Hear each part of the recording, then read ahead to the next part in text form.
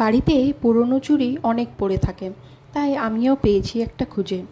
আর এই কাপড়টা হলো ব্লাউজ পিসের কাপড়, তাই কেটে ওটাকে মুড়িয়ে টাইট টাইট করে মুড়িয়ে দিয়েছি। তারপরে সুই সুতো দিয়ে একটু ফিক্স করে নেব। তারপরে ওটাকে একটা একটা করে কড়ি শেল দিয়ে সাজিয়ে নেব। এগুলো প্লাস্টিকের কড়ি শেল, সবই আমি অনলাইনেই কিনেছি। আচ্ছা, কড়ি শেলগুলো সুন্দর করে ফিক্স করতে হবে, না হলে কিন্তু খুলে পড়ে যাবে। কড়ি শেলগুলো ফিক্স করার পরে আমি মাঝখানে মিরর দিয়ে দেবো। আর তারপরে মিররের সাইডগুলোতে আমি জুট রোপ দিয়ে আমি ডেকোরেট করে নেব। তাতে মিররটা একটু খালি খালি লাগবে না, আর দেখতেও ভালো লাগবে। আচ্ছা, কেমন হয়েছে চুড়িটা জানিও।